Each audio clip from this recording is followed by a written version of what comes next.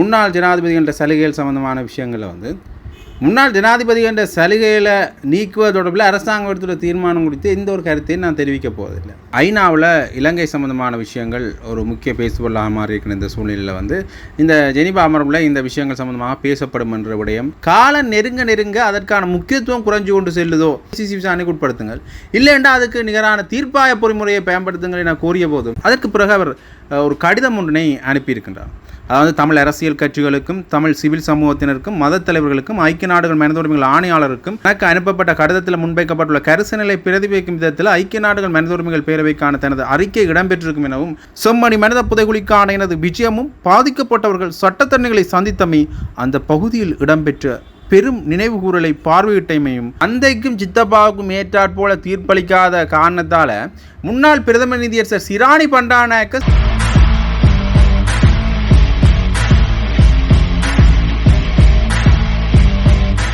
ஜெஃப்னாபடியன் சொந்தங்களுக்கு வணக்கம். இந்த காணொலியில் பல விஷயங்கள் தொடர்பாக அலசி ஆராயப்போகிறோம். அதில் குறிப்பாக இப்போ பார்க்க போகிற விஷயம் என்னென்னு பார்த்தீங்கன்னா கோட்டபாய ராஜபக்ச சம்பந்தமான விஷயம். இவ்வளவு காலமும் இந்த அரசியல் சம்பந்தமான விடயங்களில் கொஞ்சம் தலை சாய்க்காமல் கோட்டபாய ராஜபக்ச அவர்கள் இருந்தார் என்று தான் சொல்ல வேண்டும்.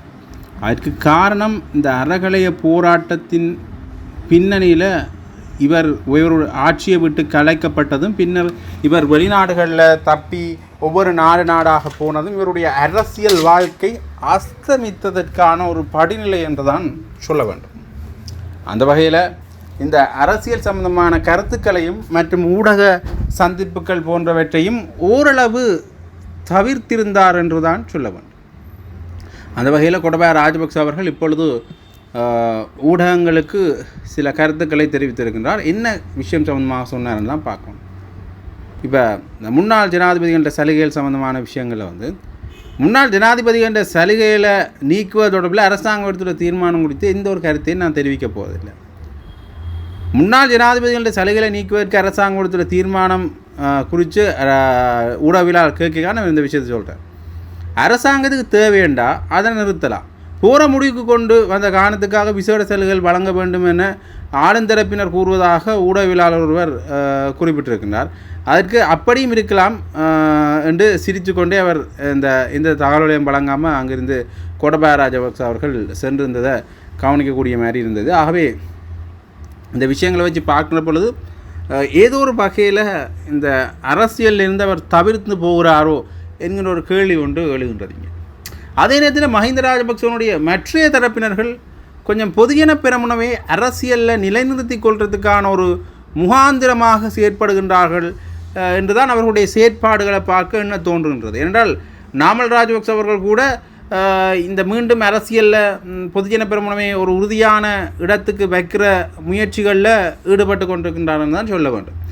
அதே மாதிரி இந்த மஹிந்த ராஜபக்ச அவர்கள் பேசுகின்ற பொழுதும் கூட அண்மையில் ஒரு விடயத்தை சொல்லியிருந்தார். இந்த அரசாங்கம் சம்பந்தமான விஷயங்களை நான் இந்த கருத்தையும் சொல்லப் போவதில்லை என்கிற விஷயத்தை சொல்லிட்டு பிறகு தன்னுடைய அந்த அரசியல் முகாந்திரமான சில விஷயங்களை சொல்லியிருந்தார். அதே மாதிரி சாகர காரியவசமாக இருக்கட்டும், இப்படி பலரும் இந்த பொதுஜன பெரமுனவை நிலைநிறுத்திக் கொள்வதற்கான ஒரு வேலையை தான் செய்கின்றார்கள். அதே மாதிரி இந்த அரசாங்கமும் கூட அண்மையில் சசீந்திர ராஜபக்ச அவர்கள் கைது செய்யப்பட்டதிலிருந்து ராஜபக்சங்கள் பக்கம் அவர்களுடைய அடுத்த கட்ட நடவடிக்கைகள் திரும்பி தோன்ற விஷயம் தொடர்பாகவும் நாங்கள் கொஞ்சம் பார்க்கத்தான் வேண்டும். ஆக இப்படியாக இந்த ராஜபக்சவனுடைய அரசியல் வாழ்க்கை இப்போ ஸ்தம்பித்து தான் இருக்குது. ஆக இனி வருங்காலங்களில் இவர்கள் என்ன செய்ய போன்றார்கள் என்றதை நாங்கள் பொறுத்து தான் பார்க்கணும். அடுத்ததாக இன்னொரு முக்கியமான விஷயம் தொடர்பாக நாங்கள் பார்க்கணும்னு பார்த்தீங்கன்னா இந்த ஐநாவில் இலங்கை சம்பந்தமான விஷயங்கள் ஒரு முக்கிய பேசுபொருளாக மாறி இருக்கிற இந்த சூழ்நிலையில் இந்த ஜெனீவா அமர்வில் இந்த விஷயங்கள் சம்பந்தமாக பேசப்படும் என்ற விடயம் கூறப்பட்டு கொண்டே இருக்கின்றது. இது சம்பந்தமாக மூத்த ஊடகவியலாளர் கோபிநாத் ஜெயச்சந்திரன் அவர்கள் ஒரு தனியார் ஊடகத்தை கொடுத்த நிகழ்ச்சியில் சில விஷயங்களை பதிவு செஞ்சுருக்கிறார். ரெண்டு பார்த்தீங்கன்னா இந்த ஐக்கிய நாடுகள் சபையின் மனித உரிமைகள் கூட்டத்தோடு இடம்பெறுவதற்கான காலப்பகுதியாக செப்டம்பர் மாதம் இருக்குது. இதில் ஈழத்தமிழர் விவகாரம் பிரதான பேசுபொருளாக முன்வைக்கப்படும் என்ற சூழ்நிலையில் காலம் நெருங்க அதற்கான முக்கியத்துவம் குறைஞ்சு கொண்டு செல்லுதோ என்றும் எண்ண தோன்றுன்றது. அந்த குறைஞ்சு கொண்டு செல்வதற்கான போக்கு தான் இப்போ காணப்படுது. குறிப்பாக ஐசிசி ஆனது 2022க்கு முன்னர் உள்ள குற்றங்கள் தொடர்பில் எந்த ஒரு விடயங்களையும் விசாரணைக்கு உட்படுத்தாது. இந்த நிலையில் ஈழத்தமிழர் விவகாரத்தை சர்வதேச விசாரணைக்கு உட்படுத்துவீர்கள் என்றால் மாத்திரமே ஐசிசி விசாரணைக்கு உட்படுத்துங்கள், இல்லைண்டா அதுக்கு நிகரான தீர்ப்பாய பொறிமுறையை பயன்படுத்துங்கள் என கூறிய போதும் கஜேந்திரகுமார் பொன்னம்பலம் அவர்கள் அதை நிராகரித்தார் என்கின்ற அல்லது தட்டி கழித்தார் என்கின்ற விஷயத்தை ஊடகவியலாளர்கள் தெரிவித்திருக்கிறார். அது மட்டும் இல்லாமல் இந்த அந்த தனியார் தொலைக்காட்சி நடந்த ஊடகங்களில் இது சம்பந்தமான பல தகவல்களையும் அவர் வெளிப்படுத்தி இருக்கின்றார். ஐக்கிய நாடுகள் சபையினுடைய மனித உரிமைகளுடைய செயலாளர் நாயகம் போக்கர் டர்க்கர் அவர்கள் இலங்கைக்கு வந்திருந்தது தெரியும். இந்த பொறுப்புக்கூறல் சம்பந்தமான சில விஷயங்களை ஆராய்வதற்காகத்தான் அவர் இலங்கைக்கு வந்திருந்தார். அந்த வகையில் இது தொடர்பாக பார்க்கின்ற பொழுது பல அழுத்தங்கள் கூட பிரயோகிக்கப்பட்டிருந்தன. இந்த போக்கர் டோக்கர் அவர்களுக்கு சில அழுத்தங்களை இலங்கைக்கு பிரயோகிக்குமாறு குறிப்பிட்டிருந்தார். அந்த வகையில் போக்கர் டோக்கர் அவர்களும் இது தொடர்பான விஷயத்தில் தான் அங்கே போயிட்டு தொடர்பான அறிக்கைகள் சம்பந்தமாக வெளியிடுவேன் என்று சொல்லியிருந்தார். குறிப்பாக செம்மணி மனித புதைவெளி நடந்த இடத்துக்கு கூட அவர் வரவழைக்கப்பட்டு கடும் முயற்சியின் பிரகாரம் அவர் சில விஷயங்களை தெரிந்து கொண்டார். ரைட். அதற்கு பிறகு அவர் ஒரு கடிதம் ஒன்றினை அனுப்பியிருக்கின்றார்.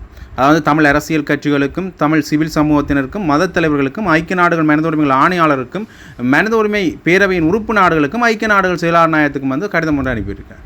அந்த கடிதத்தில் சில விஷயங்களை குறிப்பிட்டிருக்கிறார். அது மட்டும் இல்லாமல் இந்த தனக்கு அனுப்பப்பட்ட கடிதத்தில் முன்வைக்கப்பட்டுள்ள கரிசனைகளை பிரதிபலிக்கும் விதத்தில் ஐக்கிய நாடுகள் மனித உரிமைகள் பேரவைக்கான தனது அறிக்கை இடம்பெற்றிருக்கும் எனவும் அவர் தெரிவிச்சிருக்கின்றார்.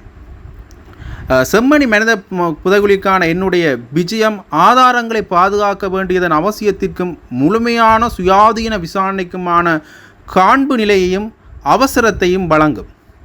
இலங்கைக்கான எனது விஜயத்தின் போது பாதிக்கப்பட்டவர்கள் உயிர் பிழைத்தவர்கள் பலருடனான எனது சந்திப்பு மிகவும் உணர்வுபூர்வமானதாக காணப்பட்டது. செம்மணி மனித புதைகுழிக்கான எனது விஜயமும் பாதிக்கப்பட்டவர்கள் சட்டத்தரணிகளை சந்தித்தமை அந்த பகுதியில் இடம்பெற்ற பெரும் நினைவுகூரலை பார்வையிட்டமையும் மிகவும் உணர்வுபூர்வமாக இருந்தது.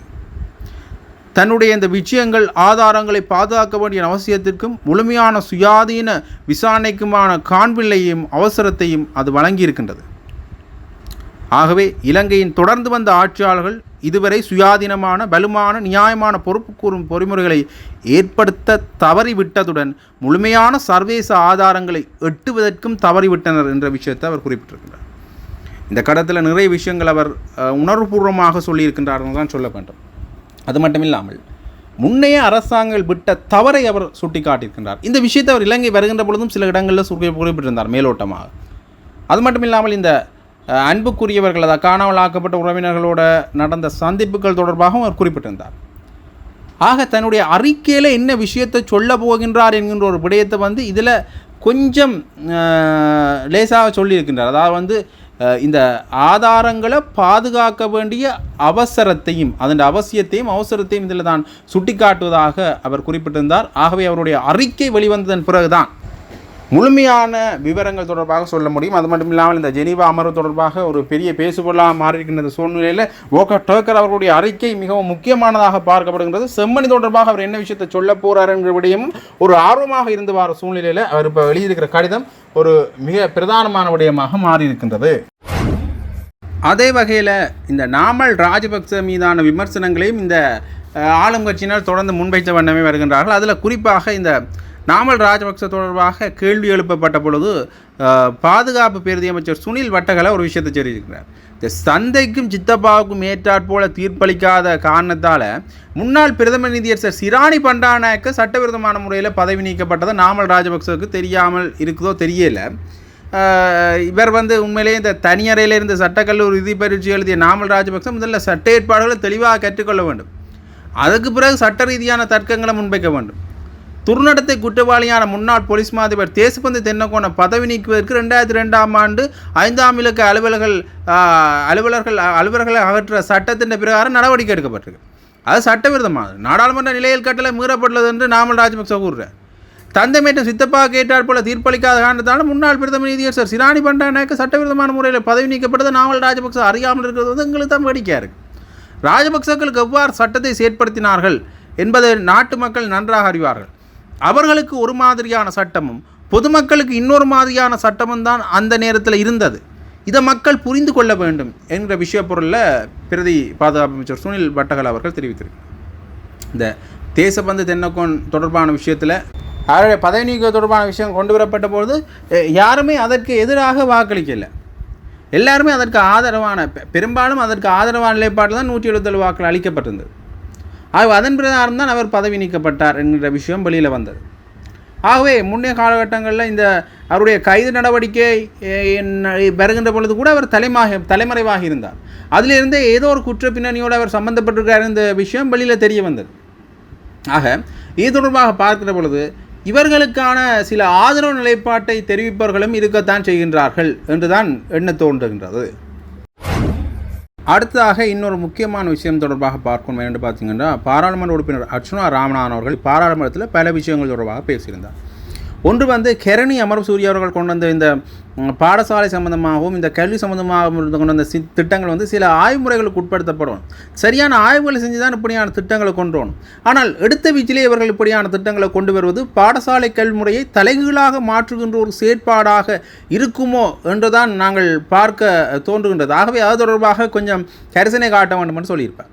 அது மட்டும் இல்லாமல் இந்த பாடசாலை சம்பந்தமான நிகழ்வுகள் வருகின்ற பொழுது, இது சம்பந்தமான பொது நிகழ்வுகள் நடக்கின்ற பொழுது இந்த பொது நிகழ்வுகளில் பலரும் தூங்குவதை அவதானிக்க முடிகின்றது என்கின்ற விஷயத்தில் அந்த விமர்சனத்தையும் சொல்லியிருந்தார். அந்த அண்மையில் சமூக ஊடகங்களில் குறிப்பாக முகவலி புத்தகத்தில் இது சம்பந்தமான விஷயங்கள் தொடர்ந்து சிலர் அதை எள்ளி நகையாடினதும் சிலர் அதை விமர்சனத்துக்கு உள்ளாக்கினதையும் காணக்கூடிய மாதிரி தான் இருந்தது. சரி, இது இவ்வாறு இருக்க இன்னொரு முக்கியமான விஷயத்தையும் சொன்னார். குற்றப்புலனாய்வு திணைக்களத்தில் தான் விசாரிக்கப்பட்டதும் பாராளுமன்ற உறுப்பினராக விசாரிக்கப்பட்டது பெரிய பிரச்சனை இல்லை. இருந்தாலும் கூட பயங்கரவாத சட்டத்தின் கீழே பலர் அரசியல் கைதிகளாக இன்னுமே இருக்கின்றார்கள். தயவு செய்து அவர்களை விடுவிக்கின்ற நடவடிக்கைகளை பாருங்கள் என்கின்ற பொருள்பட பாராளுமன்ற உறுப்பினர் அர்ச்சுனா ராமநாதன் அவர்கள் பாராளுமன்றத்தில் பேசியிருந்தார். அது மட்டும் இல்லாமல் இந்த நல்லூர் மணல் எங்கேருந்து எடுத்தீங்களோ தயவு செஞ்சு அந்த இடத்திலேயே நல்லூர் மணல் போடப்பட வேண்டும். அது தொடர்பாக ஜாழ்ப்பாண ஒருங்கிணைப்பு குழு கூட்டங்களை இது தொடர்பான விடயங்களை முன்வைக்க வேண்டும் என்கிற விஷய பொருளில் அர்ச்சுனா ராமநாதன் அவர்கள் தன்னுடைய கருத்தை முன்வைத்திருந்தார். அதில் சொல்லுகின்ற பொழுது இந்த விஷயம் தொடர்பாக நான் நிறைய விஷயங்களை முன்வைக்கிருந்தேன், சில விஷயங்கள் தொடர்பாக என்ன பேச வேண்டாம் என்று அந்த நிலைப்பாடு சிலர்கிட்ட காணப்பட்டது. அந்த வகையில் நான் இந்த மணல் பிரச்சனையை இதை மட்டுமே பேசிட்டு சொல்கிறேன். அதாவது அந்த மணலை எங்கே எடுத்தார்களோ அந்த இடத்துலையே அந்த மணலை மீண்டும் போட்டு விடணும் என்ற விஷயத்தை அவர் சொல்லிட்டு தன்னுடைய உரையை தொடர்ந்து நிகழ்த்தியிருந்தார். அது குற்றப்புலனாய்வு துறைக்கு அவர் விசாரணைக்கு அழைக்கப்பட்ட சம்பந்தமான விடயத்தையும், அது மட்டும் இல்லாமல் இந்த கல்வி சீர்திருத்தம் சம்பந்தமான விடயங்களையும் தன்னுடைய பாராளுமன்ற உரையில் அவர் குறிப்பிட்டிருந்தது குறிப்பிடத்தக்க விஷயமாகவே இருக்கின்றது.